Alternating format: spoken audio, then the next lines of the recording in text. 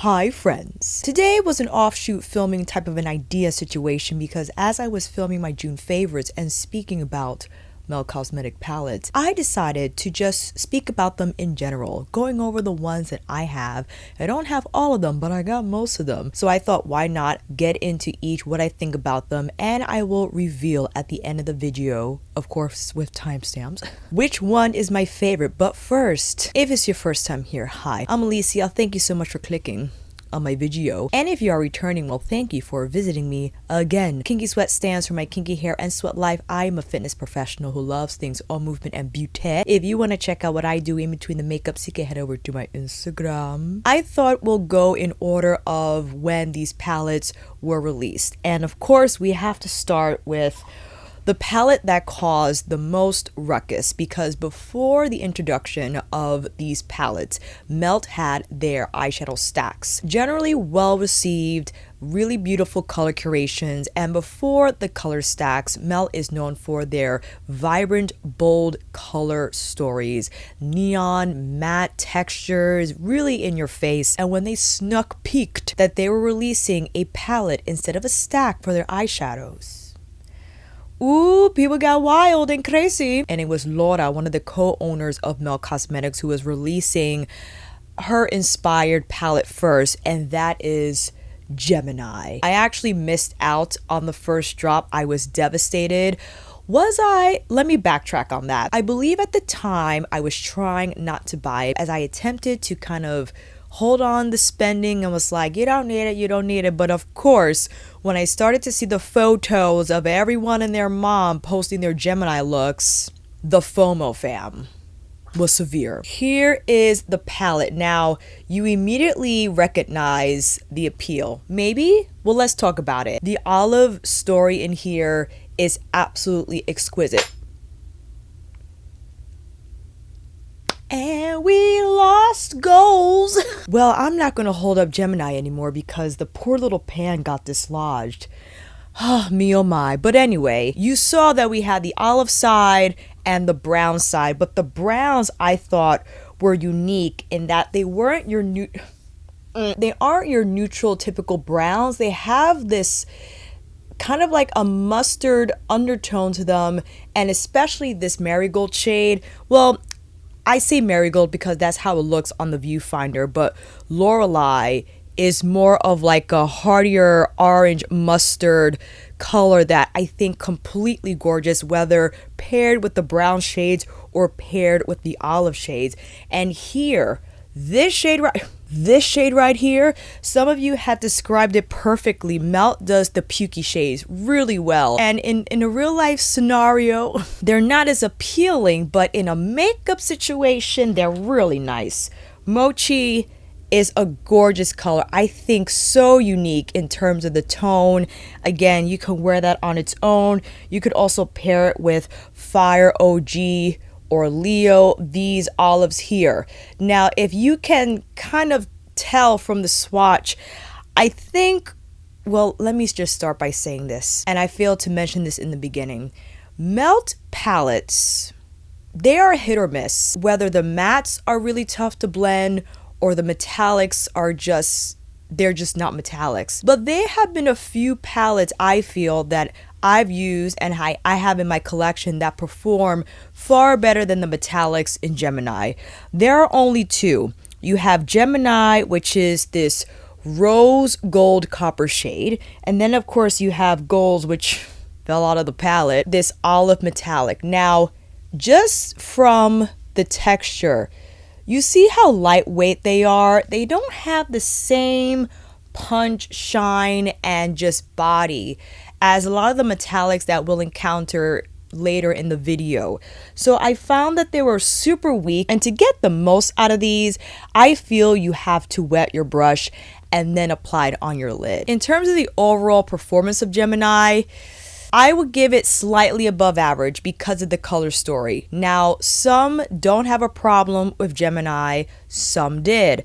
I think with Melt matte shadows, their formula requires that you pack it on and you go layer by layer. This is not like a Viseart matte where the flow and the blend is effortless and seamless. These are more like pigments, I feel.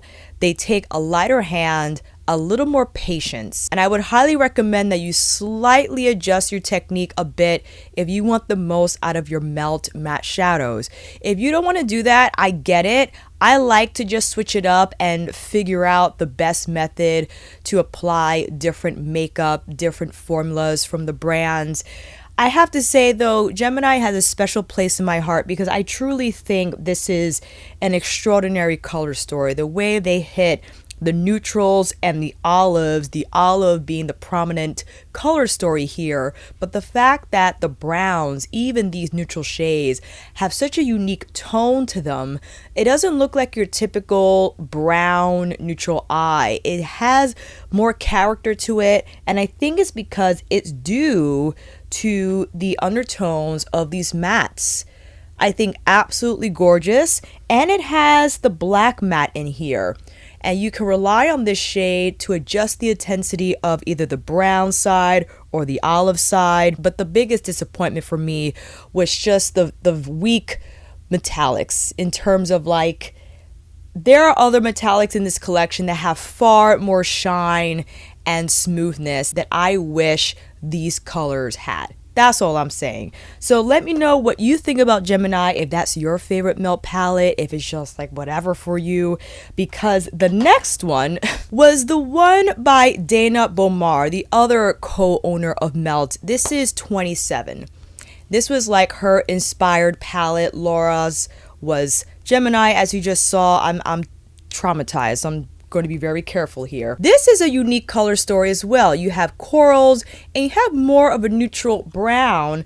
This didn't sell out like Gemini did. I think Gemini had more of like a grungy appeal, and Laura's makeup is just exquisite. I mean, the way she just makes it so smoky but detailed at the same time is admirable. And Dana's cool too. I like Dana too. This is definitely more daily friendly. I think it was nice that she included these peachy coral shades. I think really nice to have that different approach to just it being a warm tone palette. I think it's more than that, because Downtown, for instance, it's like a peachy brown, which I really love. You know how I like my peachy browns, and here we have Moxie and Nip Slip. Nip Slip is peachy, Moxie is this more coral terracotta shade.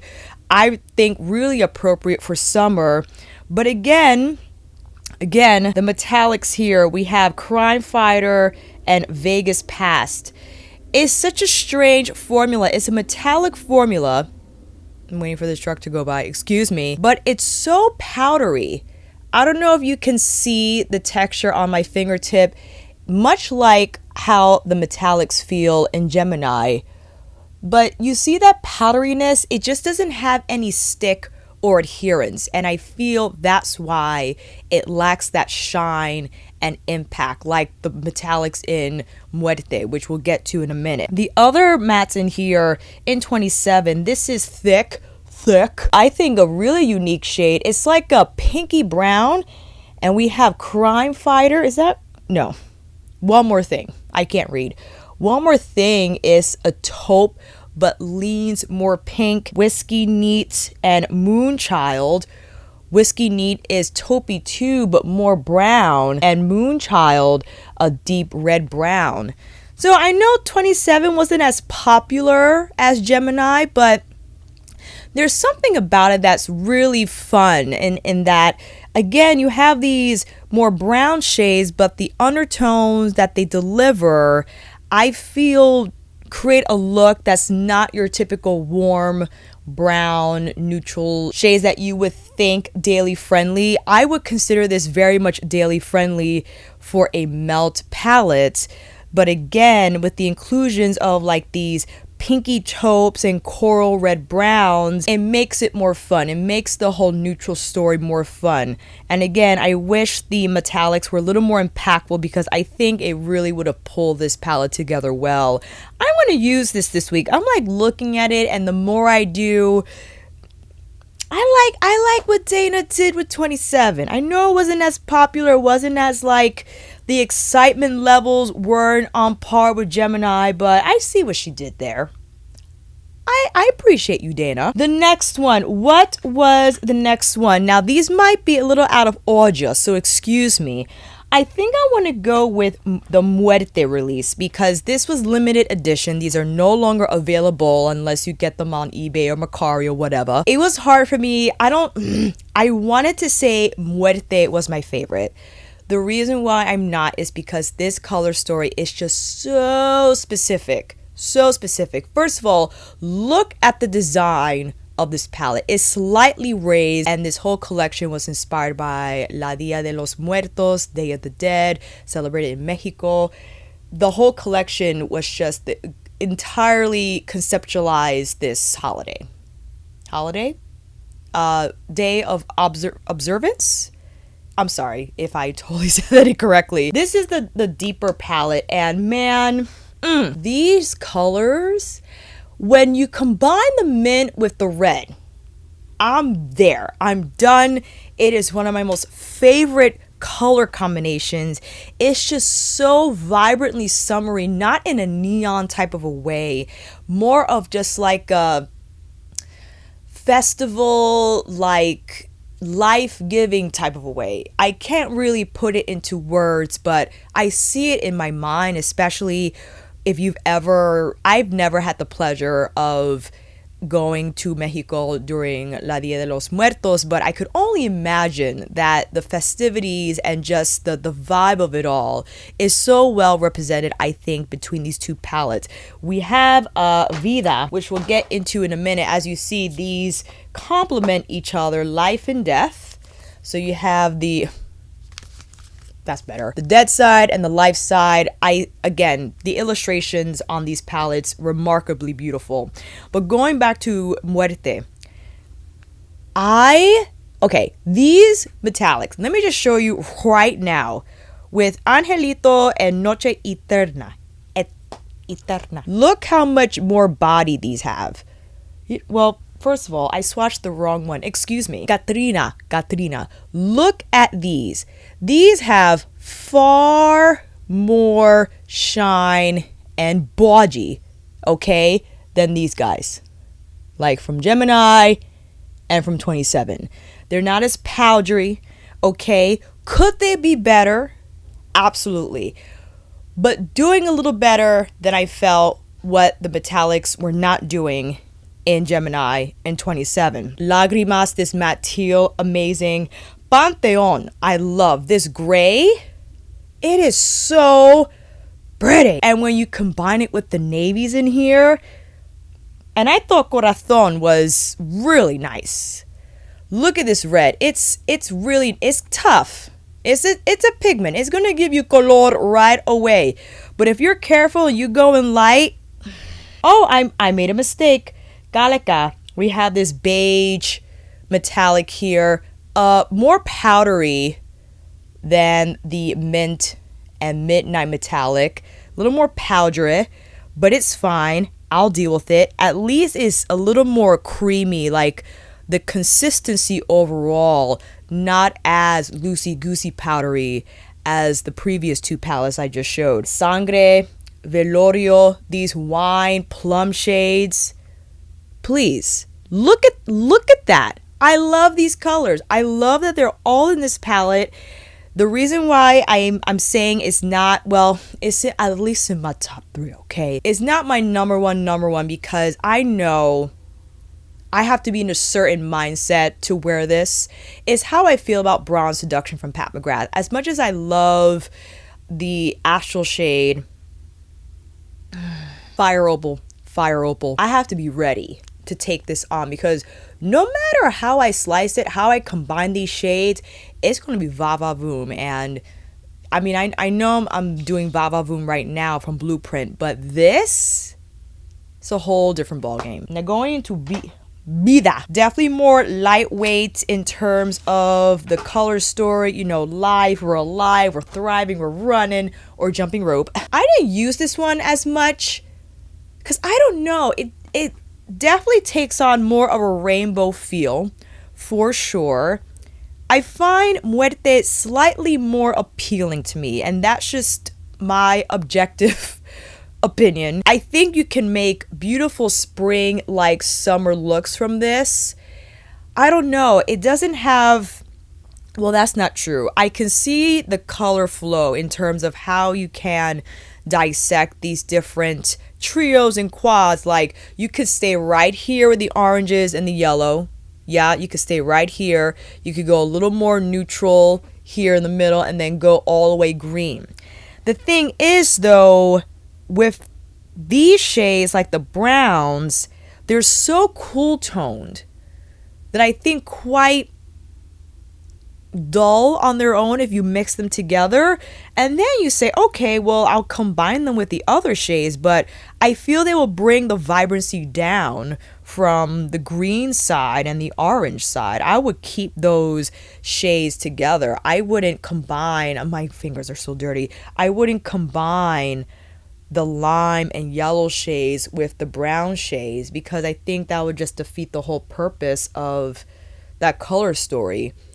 And I don't think these were as vibrant as people expected them to be.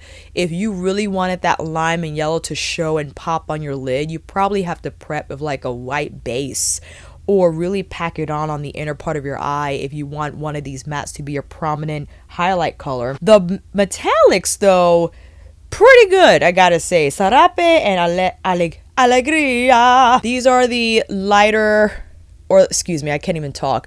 The lime metallic, and this is the more coral metallic. I really like those colors too. Definitely like Muerte more. It's just smokier, grungier. It's, I don't know. Definitely, if I were to pick from the two, I would just grab Muerte over Vida. Because I don't, you know, not to say you can't create beautiful looks from Vida. And if you have Vida and you have seen others create looks, and I'm just talking nonsense, you let me know down below. I can get into Sol, Pan Dulce, and all these oranges and red for show. The lime green moments here on the side. It's the browns that I'm like, how can I incorporate y'all, like the taupey neutral browns, in a way that I didn't want to just treat them solo. I wanted to use the whole palette in tandem. It's just, maybe I just have to get in here again and experiment, because visually I'm having a hard time. So I might just have to dip into Vida. Do I have a Vida? I think I have a video using this palette. If I do, I'll put it up next in the card. If I don't, well, I guess I gotta do another video. I don't know if Smoke Sessions came before Millenial Pinx. Let's do Smoke Sessions first. Smoke Sessions was, I think, a lot more successful than Gemini in regards to the metallic shades. So Smoke Sessions has a very distinct color delivery in terms of, like, one side you got all the olives and the other side you have like the teal aqua moment. So here we have again Smoke Sessions, which in this case mostly metallics, and you only got two little mattes. So you have more gold, bronze, olive here on this side, and you have the teal aqua on this side. Now these metallics, like, they're between, like, they're not too powdery but not too thick either. So I gotta say, they could be shinier, they could have a little more impact, but I ain't mad at it. I love the colors, as you see. And then we have this one olive matte, this army green matte shade, just for all these metallic shades, which I think makes it very simple in that you slap on one of those metallics on the lid, you could keep it by itself, or you could blend that matte sour diesel through your crease to create some smoke. If we go to the other side, we have the teals and the aqua. So this is a little more powdery, not as strong as the wrong finger as its neighboring metallic shades. So a little weaker there on that side. And then for the matte Space Queen, It's more of like a definitely teal matte, deep teal matte. I think pair really nicely. So you could cross over if you wanted to mix some of the bronze gold with the teal greens if you wanted. I think I'd rather just keep them by themselves. I know that's really selfish. Or I will take one prominent color story on the lid and the other on the lash line, vice versa. So I think this is one of the more beginner appropriate palettes from matte. I keep saying matte, from Melt. What am I saying? As it's designated for you, you don't have to put much thought. You either go here or you go here, right? Like, it's separated. You could do this matte with this metallic, that metallic, that metallic, that in the same way. You don't have to use all those shades at once. You could keep a very simple prominent lid shade and then smoke it out with the matte shade and you're done. That is Smoke Sessions. Going to Millenial Pinx. Millenial Pinx I really wanted to like because I thought this was quite interesting. Okay, like, come on.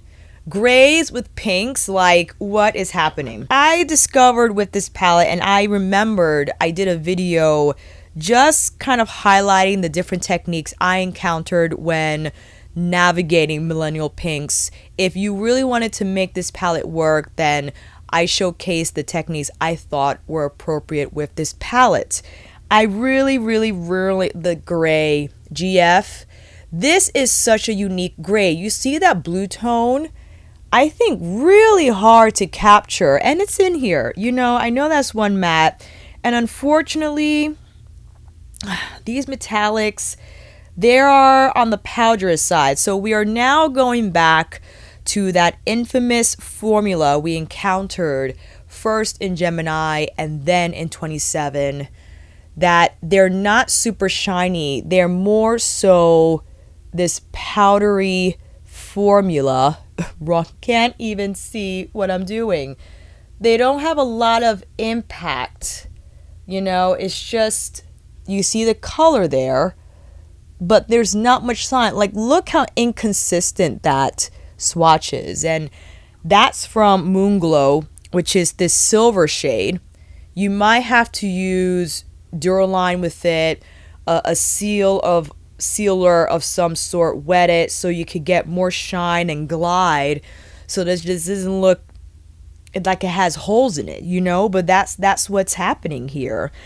But again, Modern Love, look how pretty this is. I think it's such a, I'm running out of space, gotta switch arms.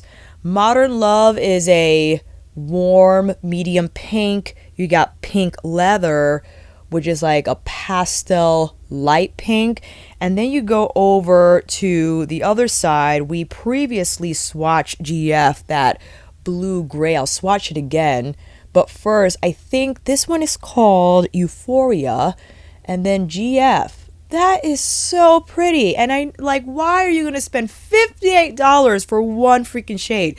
You can probably find a single of that color from some indie brand. Like, I guarantee. I just like that it was in here. And I forgot the looks that I did. But I enjoy, even though I had a little bit of a hard time. I mean, I'm exaggerating. I didn't have an excruciatingly hard time. It was more so because of the metallics that I was trying to figure out the best way to get them to stick better and just have more shine. You know, some people enjoy the fact that it's not super thick, because if you have texture on your lids, then the more thick formula that exists in like Muerte is not going to favor that texture, is going to cling on to it.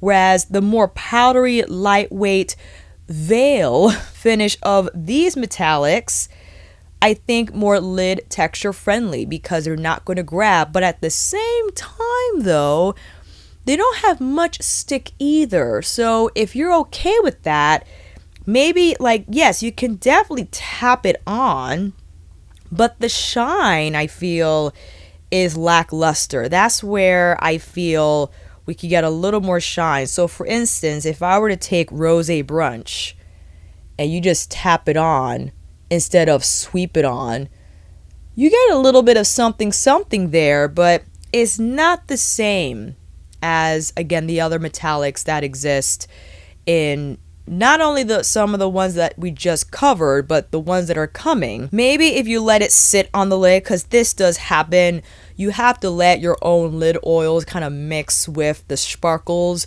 from some eyeshadows, and eventually it will start to shine more as the day goes. But you know, maybe you have to jump into Millenial Pinx again just to kind of revisit it, see if I feel the same way about it like I did when I filmed with it. Not the best, not as well received as I think the others, but GF.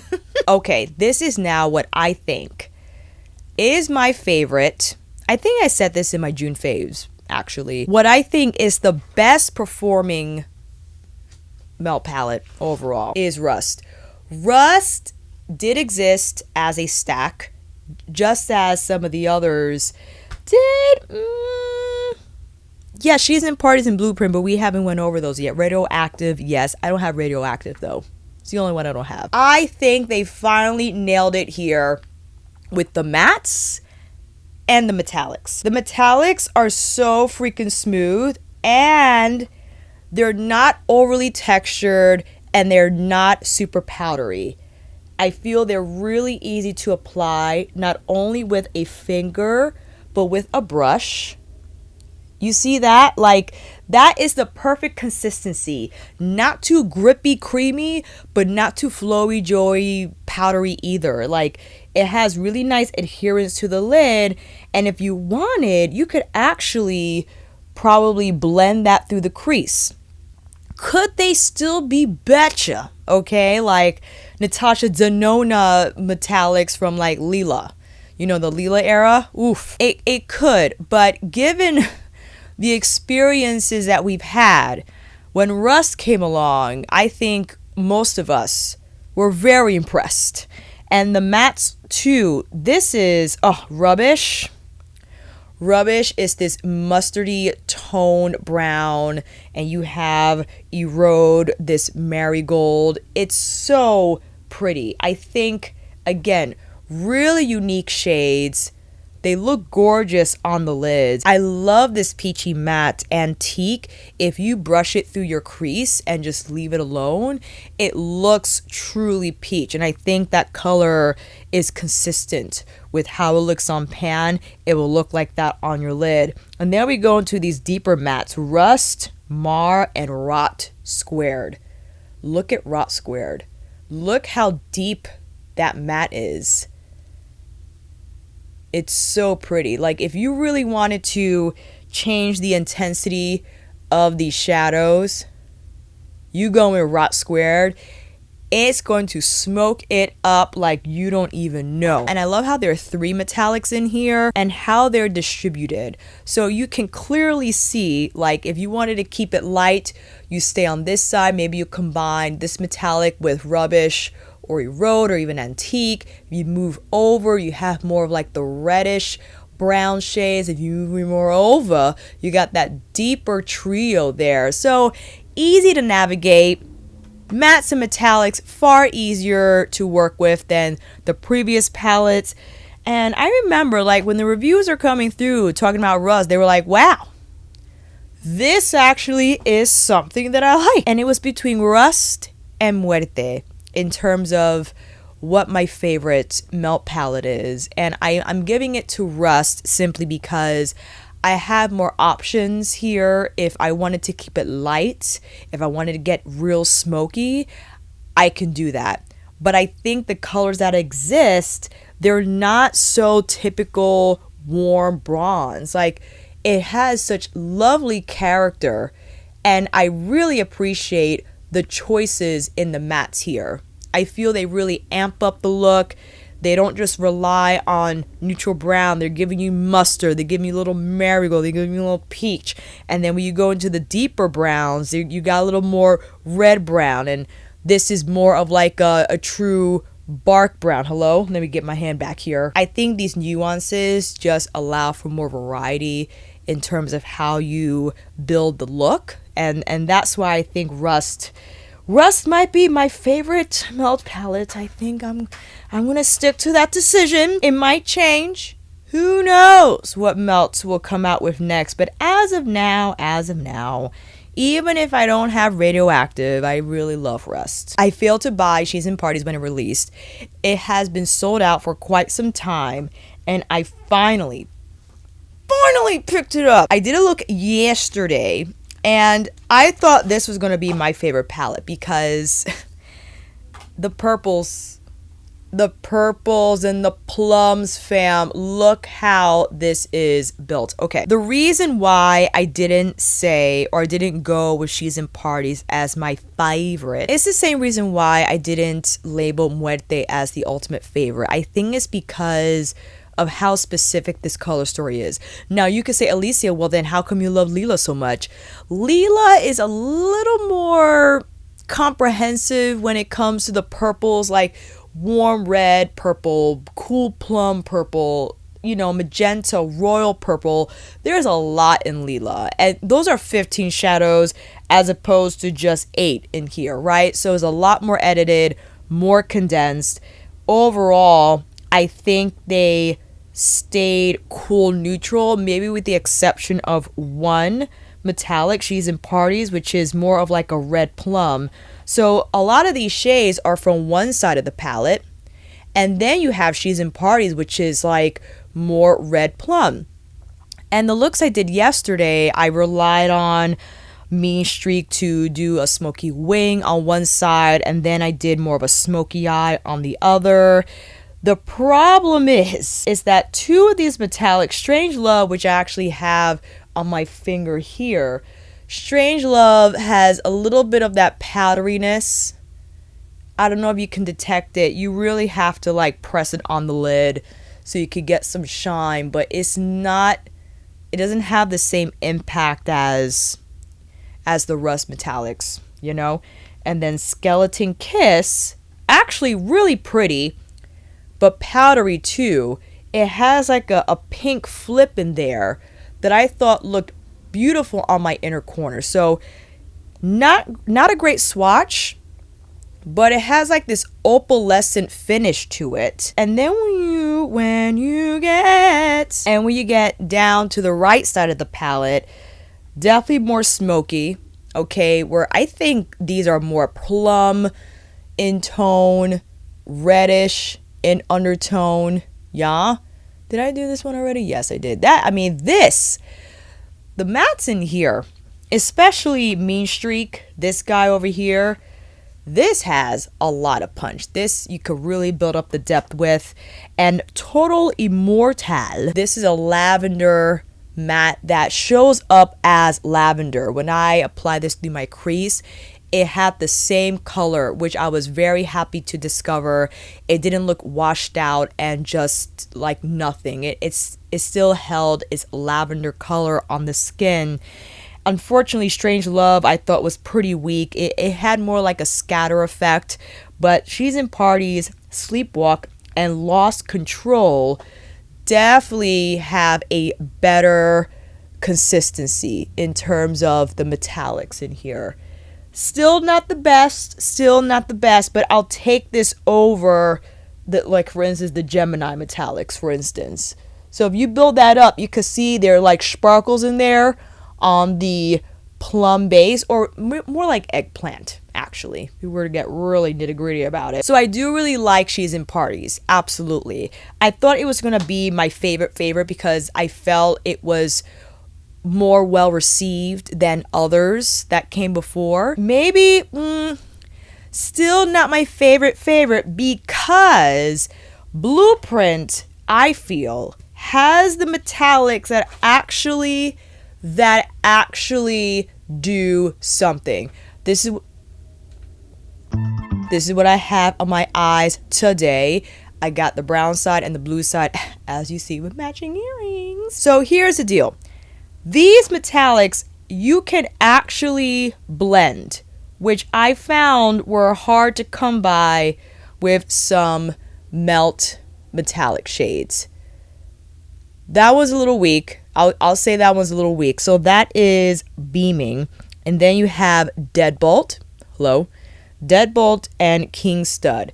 So Deadbolt is a little funny. You have to pack it on the lid so it could actually stay, which is fine. I don't mind doing that. Skylight is definitely more powdery in texture. It has pretty shine, so I think really nice on the inner corner. Dim out, beautiful. I mean, this freaking, look at this matte. That, but what I did today, I applied the metallics first on the lid, and then I used the blue matte to get those edges blurred, and I use my Wayne Goss brushes. The other side though, hot wire, hammered, and nailed, these have really nice creaminess to them. I thought were a hit.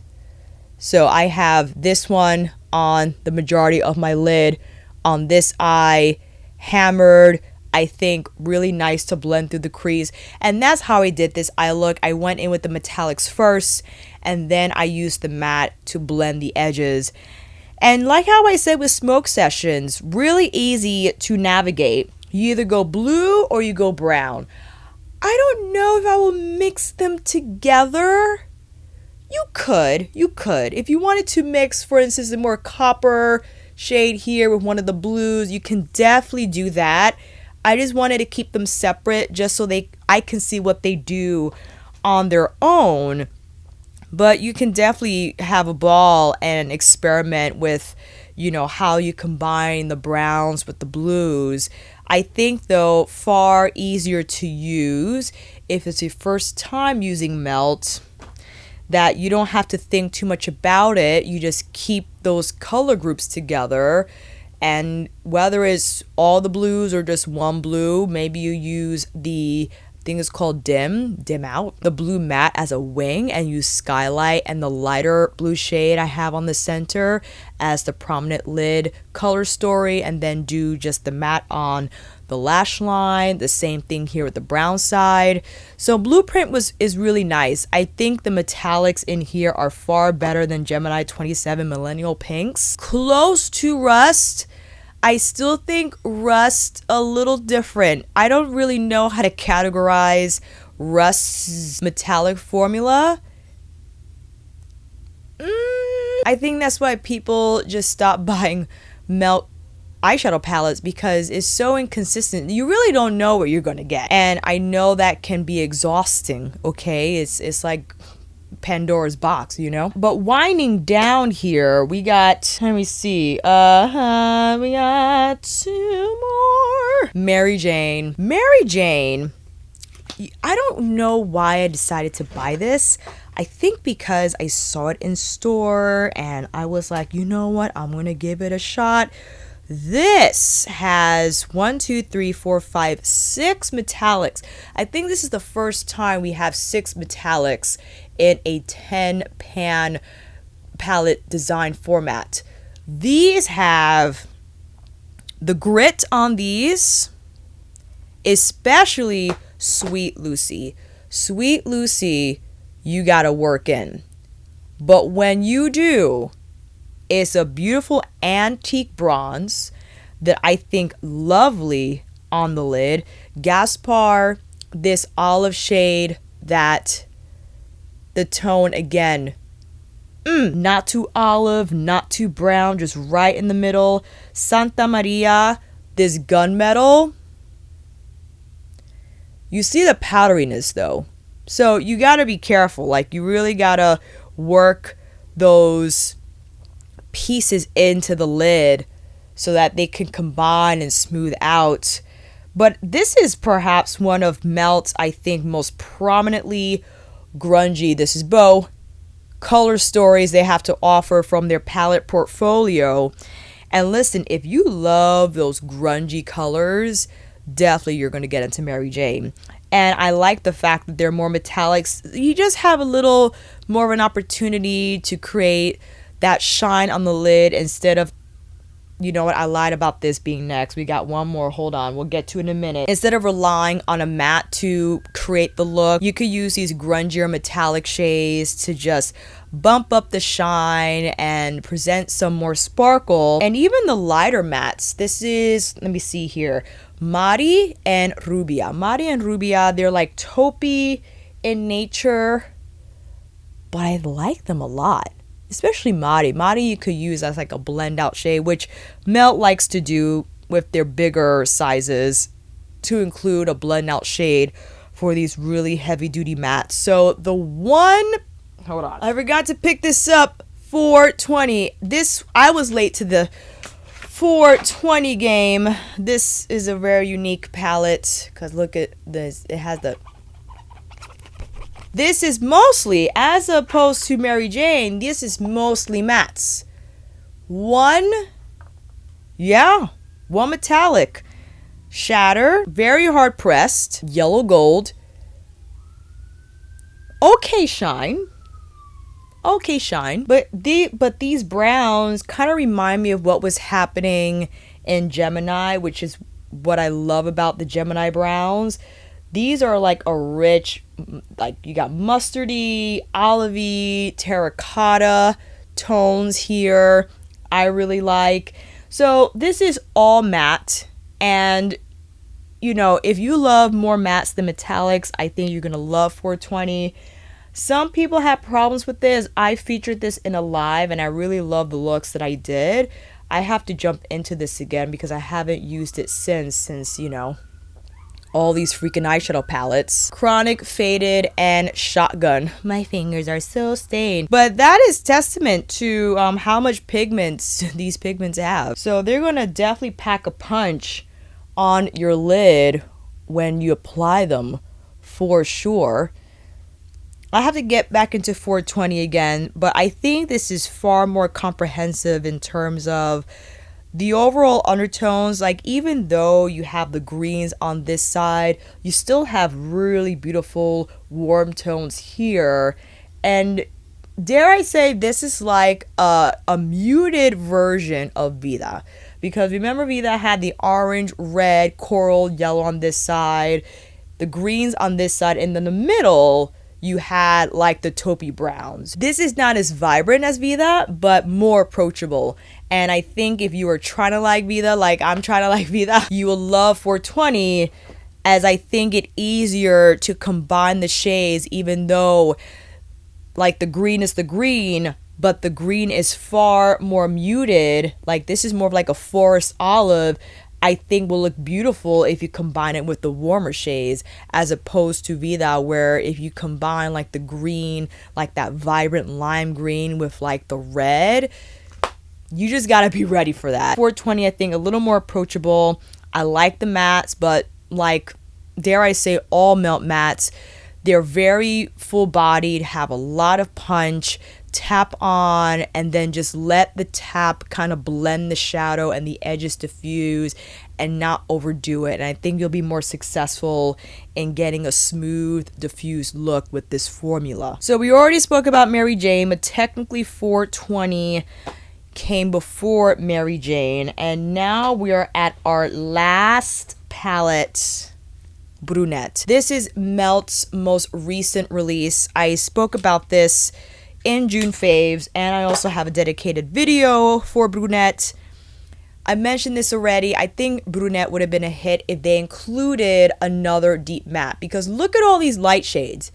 You don't need all these light shades. You need one, all right? And I get it. Melt insists on always including a blend out shade, a lighter shade that you use to diffuse the edges of a deeper matte that exists in the same palette.